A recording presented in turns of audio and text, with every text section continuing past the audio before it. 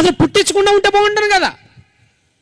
మళ్ళా సాతాను అనేవాడిని ఇడిపీయటం ఎందుకు, వాడు మనల్ని పాపం చేసేటట్టు ప్రోత్సహించడం ఎందుకు, మళ్ళా దీని నుంచి ఆయన కుమారుణ్ణి పంపించడం ఎందుకు, పాపం ఆయన అమాయకంగా ఆయన చంపేయటం ఎందుకు, అసలు ఇవన్నీ ఎందుకు సార్ మాకు ఇవన్నీ, అసలు దేవుడు ఇవన్నీ ఎందుకు చేస్తున్నాడు సార్, ఆయనకేం పని లేదా సార్ అని చాలామంది అడిగేవాళ్ళు లేకపోలేదు. ఈరోజు నాస్తిక సమాజం ఇదే అడుగుతుంది, ఏమండి మీ బైబిల్ పెద్ద జోకు పుస్తకం అండి మీది, పాపం చేసేవాళ్ళని ఎందుకు పుట్టించాడండి మీ దేవుడు, ఆయన భవిష్యత్తు తెలుసు కదండి, అదేదో ఆ పుణ్యం చేసి ఆ 10 మందిని పుట్టిస్తే అయిపోద్ది కదండి భూమి మీదన, మళ్ళా సరే పుట్టిస్తే ఏదో పుట్టించాడండి, ఇంతకీ మనం పాపం చేస్తాం అంటే కారకులు ఎవరండి, సైతానే గాడే కదండి, మరి ఈయన్ని వదిలింది ఎవరండి, మళ్ళీ ఈయన దేవుడే కదండి వదిలింది, అంటే మనం పాపం చేయడానికి కూడా అటు తిరిగి మళ్ళీ దేవుడే కదండి కారకుడు, అంటే ఆయనే పాపం చేసేటట్టు మనల్ని చేసి సాతాను గాని విడిపించి మళ్ళీ ఆయనే దాని నుంచి మనల్ని మనం తప్పితే అది ఇది ఎక్కడ ఆట అండి, మానవులతో తోడుబొమ్మలు ఆటలాడుతున్నాడు ఈ దేవుడు అనుకునే వాళ్ళు చాలామంది ఉన్నారు. మరి వీటన్నిటికీ సమాధానం ఏంటి? భవిష్యత్ ఎరిగిన దేవుడు మానవ జాతిని ఎందుకు సృష్టించాడు అసలు, ఇది మనకు అర్థం కావాలంటే దేవుని బుద్ధి బాహుళ్యాల గురించి మనం ఆలోచించాలి. దేవుడు మనం అనుకున్నంత చిన్నవాడు, దేవుడు మనం అనుకున్నంత పిచ్చివాడు, మనకంటే బుద్ధిహీనుడు అనుకుంటే మిక్కిలి పొరపాటండి. ఆయన గురించి బైబిల్ గ్రంథం మనకేం చెప్తుందో తెలుసా? ఆయన జ్ఞానం గురించి, ఆయన బుద్ధి గురించి, ఆయన ఆలోచనల గురించి, అంతుపట్టని ఆయన జ్ఞాన సంపన్నత్వం గురించి, విశ్వాస్యత గురించి బైబిల్ మనకేం నేర్పిస్తుందో తెలుసా? యోబు గ్రంథము 9వ అధ్యాయము 4వ వచనాన్ని చదవండి. దేవుడి గురించి యోబు చెప్తున్నాడు, ఆయన మహావివేకి, ఆయన పిచ్చోడు కాదురా నాయన, ఆయనకి ఎవడు చెప్పనవసరం లేదురా, నువ్వు ఇలా చేస్తే బాగుండేది, నువ్వు సృష్టిని ఇలా చేస్తే బాగుండేది అని ఆయనకి ఎవడు చెప్పనవసరం లేదురా, ఆయన మహావివేకి, అధిక బల సంపన్నుడు. ఇంకొక మంచి మాట చూడండి, ఇదే యోబు గ్రంథము 36వ అధ్యాయము 5వ వచనాన్ని చదవండి. ఆలోచించుము, దేవుడు బలవంతుడు, ఆయన ఎవనిని తిరస్కారము చేయువాడు కాడు, ఆయన చాలా బలవంతుడు. అమ్మో అరే నాయనా, ఆయన వివేచన శక్తి, ఆయన ఐక్యూ, ఆయన ఐక్యూ ఏదైతే ఉందో, ఆయన వివేచన శక్తి ఏదైతే ఉందో అది ఎలాంటిదట, బహుబలమైనదట. ఇంకొక మంచి మాట చదువు, యోబులోనే ఉంటాయండి ఇవన్నీ ఒకే చోట ఉంటాయి, మీరు టక్కన తీస్తే అయిపోతాయి. 37వ అధ్యాయము 23వ వచనం.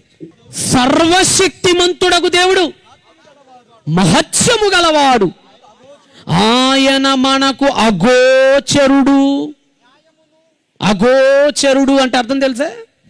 గోచరము అంటే తెలుసుకోగలిగిన వాడు, అందుతాడు, అందగలిగిన వాడు. అగోచరుడు అంటే తెలుసుకోలేనివాడు. మనం ఎంత కష్టపడ్డా, ఈ బుర్రని ఎంత బద్దలు కొట్టుకున్నా ఆయన కార్యాలను పట్టుకోలేము అసలు మనం అంటున్నాడు.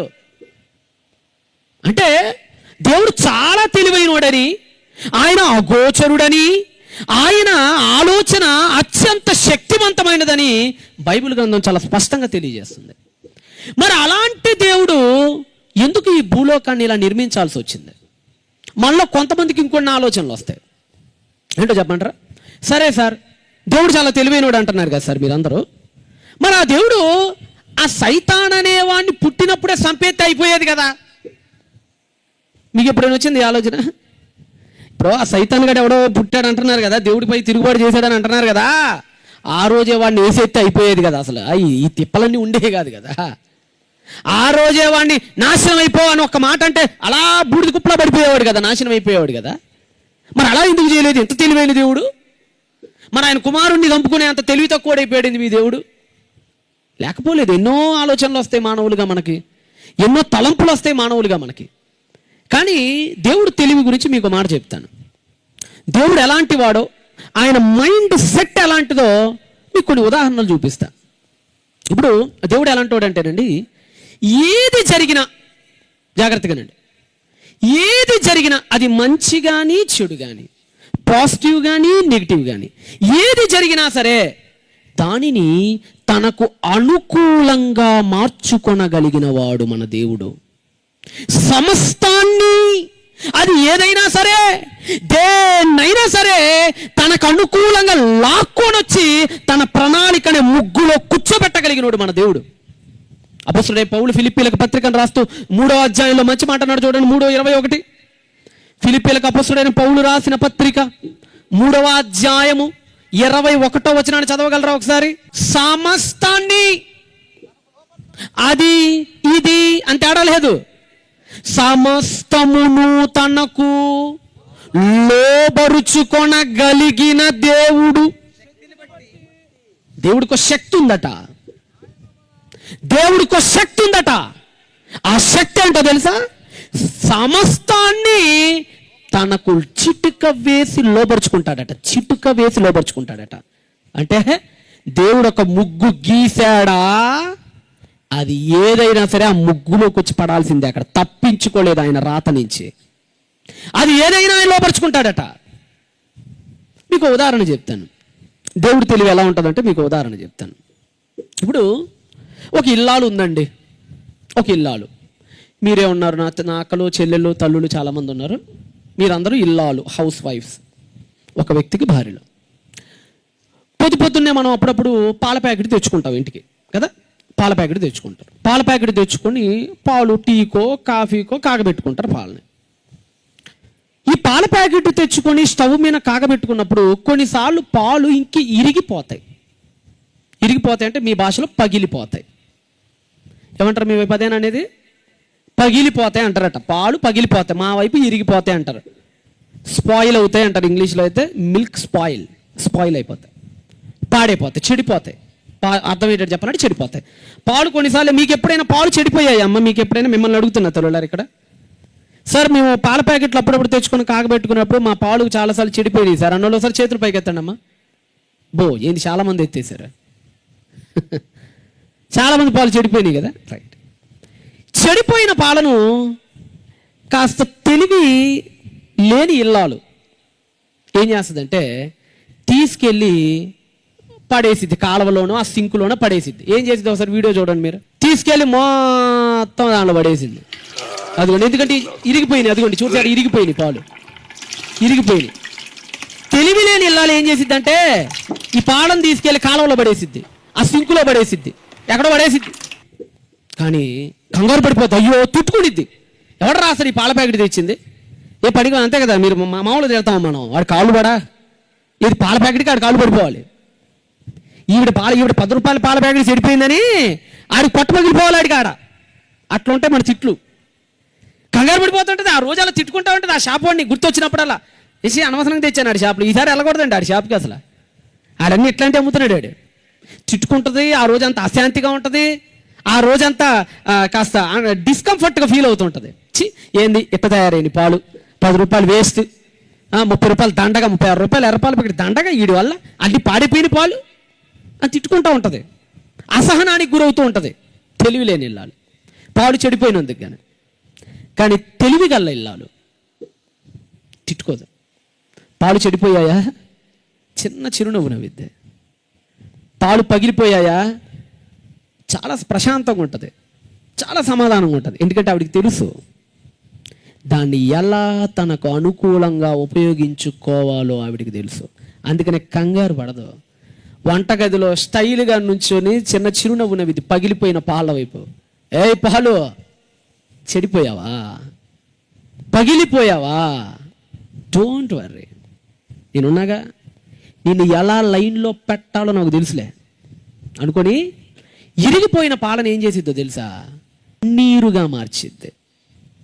ఎలా? ఎప్పుడైనా తిన్నారమ్మా పన్నీరు? ఎప్పుడైనా తిన్నారా మీరు? పన్నీరు బాగుంటుంది, మంచి ప్రోటీన్, రిచ్ ప్రోటీన్. తినండి. పొద్దున ఈ పనికి మళ్ళీ ఇడ్లీలు దోశలు తినే బదులు అది తినండి. మంచి ఒక రోజల్లా కావాల్సిన ప్రోటీన్ అంతా అందిద్ది. 4 పన్నీర్ ముక్కలు తిన్నారంట. ఒకసారి అది కూడా చూడండి, తెలివిగా వెళ్ళాలి ఏం చేసిద్దో. అది కూడా వీడియో ప్లే చేయను. స్టవ్ పెట్టిందా, పాలు పోసిందా. ఇప్పుడు ఆ పాలు ఏమవుతాయంటే ఇరిగిపోయినాయి పాపం, పగిలిపోయినాయి. మీ భాషలో చెప్పాలంటే పాలు పగిలిపోయినాయి. అది కూడా పగిలిపోయినాయి పాలు పాపం. అందుకని పారేయదు, అందుకని సింకులో పోసేదు, వడగట్టిద్దే. ఆ పైన పన్నీరంతా బయటికి లాగిద్దే. ప్రాసెస్ అదిగోండి, పన్నీర్ చేసేసితే చూసారా, చెడిపోయిందని సింకులో పడేసేది తెలివిలేని ఇల్లాలు చెడిపోయిన దాన్ని కూడా పన్నీరుగా మార్చి పనికొచ్చేటట్టు చెయ్యగలిగేది తెలివిగల ఇల్లాలు. ఇంకో విషయం చెప్పమంటారా, మంచిగా ఉంటే పెరిగే వచ్చేది, చెడిపోతే పన్నీరు 200 అది బయట కొనాలంటే. ఇది ఇంకా కాస్ట్ ఎక్కువ. దేవుడు కూడా ఇలాంటి వాడేనండి. ఇప్పుడు పాలు చక్కగా కాగినాయి అనుకోండి, పాలు పగిలిపోలేదు అనుకోండి, పాలు చక్కగా కాగినాయి అనుకోండి, పెరుగు చేసుకుంటాడు. పాలు చక్కగా కాగినాయి అనుకోండి, పెరుగు చేసుకొని దాంతో మజ్జిగ చేసుకుంటాడు. పాలు చక్కగా కాగినాయి అనుకోండి, పెరుగు చేసుకొని మజ్జిగ చేసుకొని నిమ్మకాయ పిండి లస్సీ చేసుకుంటాడు. దేవుడు పాలు పగిలిపోయినాయి అనుకోండి, కంగారు పడ్డా చిన్న చిరునవ్వు నవ్వుతాడు, చిరుద్విలాసుడు అవుతాడు. ఆహా, నిన్ను ఎలా వాడాలో నాకు తెలిసే, నీ పని చెప్తా నాకు అని పన్నీరు మొక్కల్ని చేస్తాడు. ఈ ఉదాహరణ మీకు ఎందుకు చెప్పానంటే, దేవదూతలు ఉన్నాయి పరలోకంలో, వాటిని కాసేపు పాలు అనుకోండి, ఆ తెలివిగల ఇల్లాలు పొజిషన్లో దేవుని పెట్టుకోండి. మంచిగా ఉన్న దేవదూతలు అనుకోండి, పాడుకుంటాడు. శరాపులుగా ఉండు, నువ్వు అక్కడ ఉండు, నాకు స్తోత్రాలు తెలియజే. ఆ కెరూబువా, కాపలాగా అయిపో. నువ్వు సమాచారం దూతవా, వెళ్ళి నా ప్రవక్తకి సమాచారం చెప్పు, ఎప్పుడు సంసోను పడతాడో, ఎప్పుడు బాప్తీసం చెప్పు పో. లేదు నువ్వు సమరదూతవా, ఇదిగో యుద్ధం చెప్పు, బాధ్యతలు అప్పచెప్తాడు. అదే దేవదూత చెడిపోయింది అనుకోండి, సింకులో పడేయడు, కాలంలో పడేయడు. ఎలా దాన్ని వాడుకోవాలో దేవుడికి తెలుసు. మనం అనుకుంటున్నాం కదా, ఆ రోజే చంపేస్తే అయిపోయింది కదా సార్ అని. ఎందుకు చంపుతాడు? ఇప్పుడు నువ్వు ఉన్నావండి, వేస్ట్ మెటీరియల్ని, ఏంటి మిమ్మల్ని అడుగుతున్నానమ్మా, మిమ్మల్ని అందరిని అడుగుతున్నాను, నువ్వు కష్టపడి ఒక మెటీరియల్ని కొనుక్కుంటావు, ఏంటి అది పాడైపోయింది అనుకో, పడేస్తావా? లేదంటే నీకు ఉపయోగంగా మారేంత వరకు దాన్ని రూపుదిద్దుతావా? మీరు చెప్పండి. అప్పుడప్పుడు బయట మనకి యూట్యూబ్లో 5 minutes క్రాఫ్ట్స్ అని కొన్ని వీడియోలు ఉంటాయండి, చూడండి ఒకసారి. 5 minute క్రాఫ్ట్స్. జీన్స్ ప్యాంట్ అనుకోండి, చినిగిపోయింది అనుకోండి, పడేయడు, మధ్యలో కత్తేసి బాత్రూమ్ దగ్గర వాడుకుంటాడు కాళ్ళు తుడుచుకోవటానికి. కొంతమంది ఉంటారండి, అట్టపెట్టెలను కూడా వదలరండి, వాటిని కూడా కట్ చేసి చెవుదిద్దులు చేసుకుంటారు. అంత ఎందుకండి, రీసైక్లింగ్ అంటారు. మీకు అందరూ తెలిసి, ఇప్పుడు మీరందరూ వాటర్ బాటిల్ తాగుతారమ్మా, ప్లాస్టిక్ బయట. మీరందరూ ఇక్కడ కూర్చున్న వాళ్ళందరూ తాగుతారు కదమ్మా, ఏమేమి తాగుతారు చెప్పండి? స్ప్రైట్, థమ్సప్, లిమ్కా, అది ఇది అన్ని తాగుతారు. మీరు అన్ని తాగుతారు, 7up అని తాగుతారు. మనం పడేస్తాం.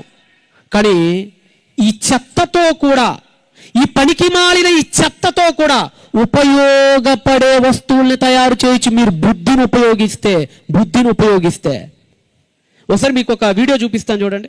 నాన్న వేస్ట్ టర్న్గా ఎలా మారింది చూసారంటే, అది చూస్తున్నారు కదండి.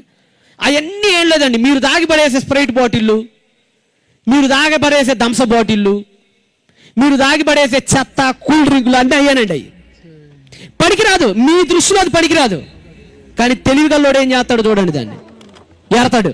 పంపించాడు కొంతమంది కూలీలు, ఏరండ్రా, ఏరుతున్నాడు. మొత్తం కలెక్ట్ చేసేస్తారు, పంపిస్తారు పైకి,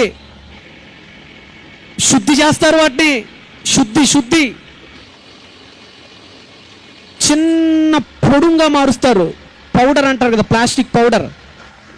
చూడండి, చిన్న ప్లాస్టిక్ పౌడర్ ఇక్కడ తీసుకెళ్తాడు తెలుసు, అదిగోండి ప్లాస్టిక్ పౌడర్. ఎత్తి ఒక మూస ఉంటుంది, మీ ఇంట్లో మీ ఇళ్ళ పైన పెట్టుకుంటారు, సెప్టిక్ ట్యాంకులు మీ ఇళ్ళ పైన పెట్టుకుంటారే ట్యాంకులు, అదిగోండి ఏం చేస్తున్నారు చూడండి, బిగిచ్చాడు. ఈ చెత్త పౌడర్ ఉందే, నువ్వు పనికి రాదని పక్కన పడేసేవి, ఆ పౌడర్ లోపలికి పెట్టాడు, నిప్పంటిచ్చాడు, తీసుకొచ్చాడు. ఏం బయటికి తీశాడు చూడండి, ఏంటది? సింటెక్స్ ట్యాంక్. ఆన్ చేయండి లైట్స్. నువ్వు పనికి రానిది, ఇది చెత్త అనుకున్నది సింటెక్స్ ట్యాంక్ అయి నీ పైకి వెళ్ళింది. ఇప్పుడు మీ డాబాల పైన, మీ బాత్రూముల పైన సింటెక్స్ ట్యాంకులు ఉన్నాయా? ఏంటి అనుకున్నారు? నువ్వు చెత్త అని బయట పడేసినవి అవన్నీ. ఒరే, ఒక మానవుడిగా నువ్వే చెత్తని ఎలా ఉపయోగించుకోవాలో తెలివి మీరి వాటిని సింటెక్స్ ట్యాంకులుగా తయారు చేసి వేలకు వేలు దండుకుంటున్నావే. ఆఫ్టర్ ఆల్ మానవుడవైన నువ్వే పాలు చెడిపోతే పడేయకుండా పన్నీరు చేస్తున్నావే. ఆఫ్టర్ ఆల్ మానవుడవైన నువ్వే ఒక జీన్స్ ప్యాంట్ చినిగిపోతే కట్ చేసి బాత్రూమ్ దగ్గర తుడుచుకోవడానికి ఉపయోగిస్తున్నావే, నువ్వే పనికిరాని దానిని నీకు అనుకూలంగా ఉపయోగించుకుంటున్నప్పుడు పనికిరాని చెడిపోయిన దేవదూతను దేవుడు ఎందుకు చంపాలి? ఎందుకు చంపుతాడు? తనకు అనుకూలంగా ఉపయోగించుకుంటాడు ఆయన. చేశాడు, పెద్ద సింటాక్స్ ర్యాంక్గా మార్చాడు దాన్ని. ఎలా చేశాడో తెలుసా? మనల్ని పరీక్షించే ఒక ఆయుధంగా చేశాడు దాన్ని. భూలోకానికి వదిలాడు. భక్తులైన వీళ్ళందరినీ పరీక్షించాల్సింది నువ్వే. నువ్వు ఈ రోజు నుంచి నీ డ్యూటీ అదే. నోరు మూసుకొని డ్యూటీ చేయపో. తనకు అనుకూలంగా ఉపయోగించుకున్నాడు ఆయన. యోబు గ్రంథము 42వ అధ్యాయము 2వ వచనం మంచి మాట ఉంటుంది చూడండి.